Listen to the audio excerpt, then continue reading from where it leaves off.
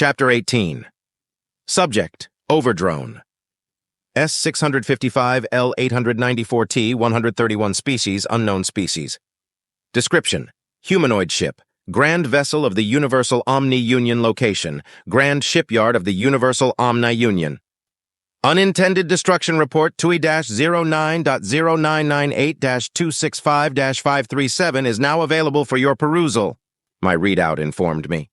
The high pitch of its voice grated my nerves as I absent-mindedly tapped the notification that suddenly appeared in my vision. There are ways to change the voice of one's readout, but such actions are far from authorized and can land one in trouble that one such as I would do well to avoid. The UDR popped open and my upper eye widened at the number of pages, 92 of them.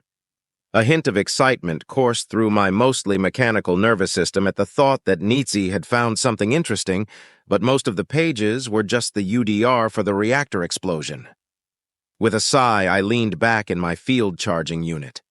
The emergency office's bright orange walls seemed to press in on me, making it difficult to concentrate on the report. Thankfully, my neural net began automatically scanning the information within the document, giving me a condensed version of what had been found. The hint of excitement returned as I noted that there were a few inconsistencies, but before I could dive deeper, the buzzer to my office door triggered. Drone N-426Z-894-I-016 is requesting AC... Come in, I interrupted the readout. Nietzsche entered the room before the readout had even finished the announcement. He walked over to me, blissfully unaware of my readout's high-pitched prattling. I made a quick list of things to get clarification as he readied himself to speak. "I've submitted my report on the accident, foreman," he said. "We've finished the cleanup, too." "Good work," I replied. "I'm going through the report now. Why didn't you include the security logs?" "Because there weren't any. The security system in the whole sector went offline before the explosion. The sensors have been dark this whole time, all of them. Audio, visual, vibrative, and even thermal. We had to have specialists reset the whole sector's security network to get it functioning again. I put a copy of the work ticket in the UDR. The specialists said they'll add a supplemental once they get around to it." An entire sector's security network going dark without anyone noticing? Difficult to believe. I stared at Nietzsche, trying to find any trace of deception, but all I saw were signs of the grim determination that sorrow fosters, the blind need to throw oneself into their work to distract from the pain of loss. Drones N-436, Z-984, A-026, and N-426, Z-894. I-016 had known each other for a long time and had formulated a friendship. It must be a devastating loss. I made a note to have Nietzsche evaluated for psychological reaffirmation if he began to display undesirable behaviors. "And what about the power?" I asked. "You made a note of an increase in power draw that lasted until just before the explosion but didn't note its relevancy." "I wasn't sure it was relevant. We noted it when trying to figure out what happened with the security system, but we couldn't make sense of it," he responded. "The only hint of a theory we have is that the reason the security system went dark is because it drew too much power and overloaded. It's not a great theory, though, because we don't know why it would do that and can't find conclusive evidence." "I see. Okay, so did you find out what caused the explosion?" "No, Nietzsche paused and swallowed. "We were unable to conclusively determine whether or not drone N-436Z-984A-026 or drone Z-831H-369X-045 caused the explosion. That's disappointing. So it's unknown whether NASA and 40 were heroes or incompetents?" "With respect, Foreman, there's no universe in which NASA could be an incompetent," Nietzsche said with a surprising amount of passion. "It's true that the anti-grav generator exploded, but I know that the explosion was unavoidable. I would bet every single one of my parts and organs on it. NASA's work on the generator either had no effect or lessened the severity of the explosion. There's no alternative explanation."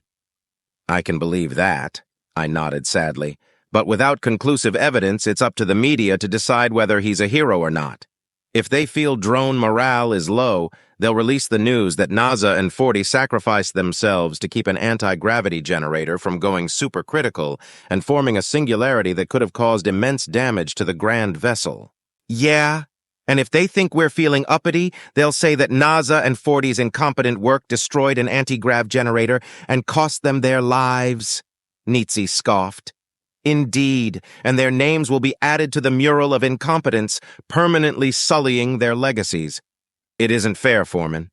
Nothing is. We stared at each other for a moment, contemplating our lot in life. Technically speaking, we had both just committed a crime by voicing dissatisfaction with the Omni-Union media, but I wouldn't tell if he didn't. So, to summarize your report, an odd sequence of coincidences resulted in finding very little information on what actually happened during the accident, I said. Yes, Foreman, Nietzsche nodded.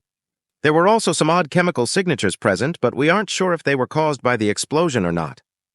Oh, good, more mystery, I said sarcastically. Inexplicable power draw, security system goes offline for seemingly no reason, and odd chemicals that may or may not have been a result of the anti-grav generator. It's too many coincidences, Nietzsche. It sure is, Foreman. Are you gonna run it up the chain? A damn good question. One that always sends a shiver of fear through an overdrone. I'll have to be careful with how I handle this. If this turns out to be nothing and I sound the alarm, I'll be punished for wasting resources.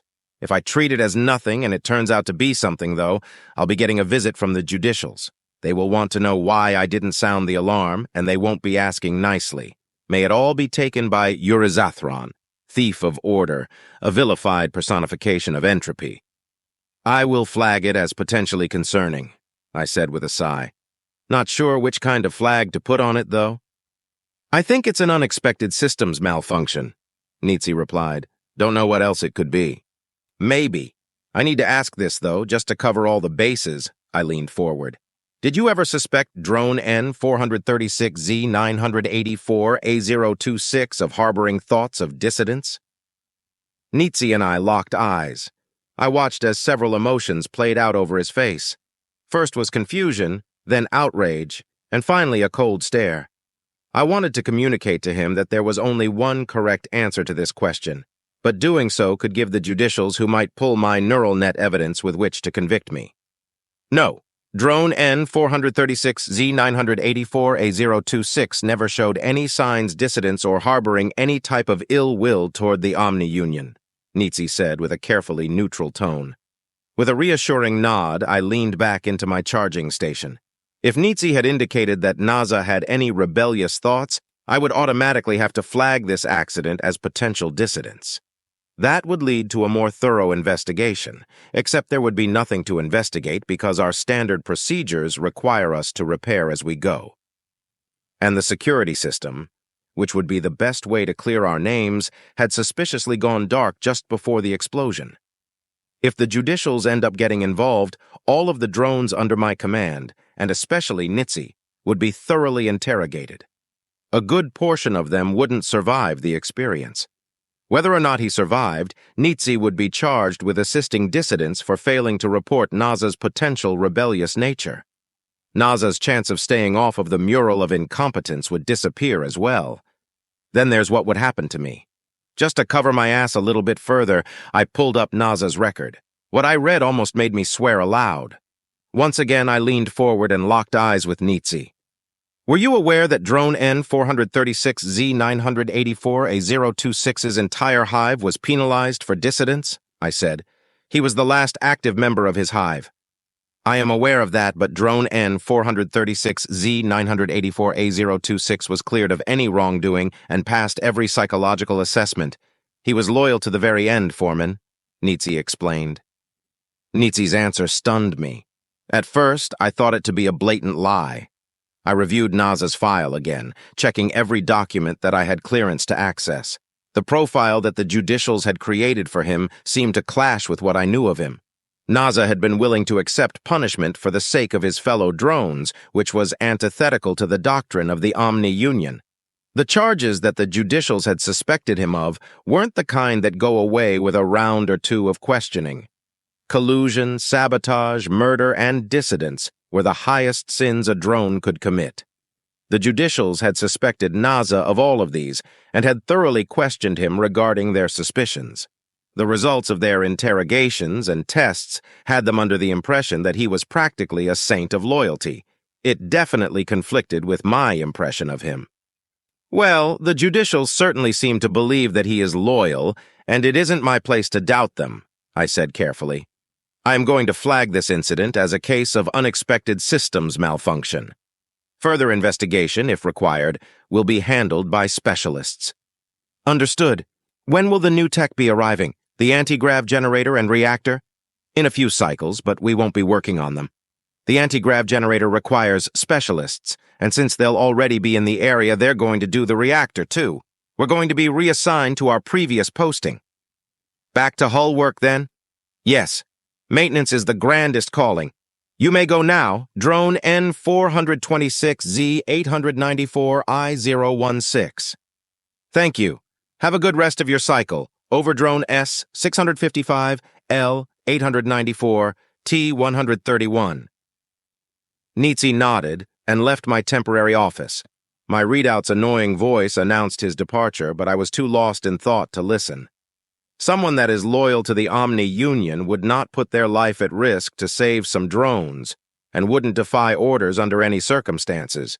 Even if it were to save a chunk of the Grand Vessel, the Omni Union dictates that above all else, orders are paramount and cannot be disobeyed.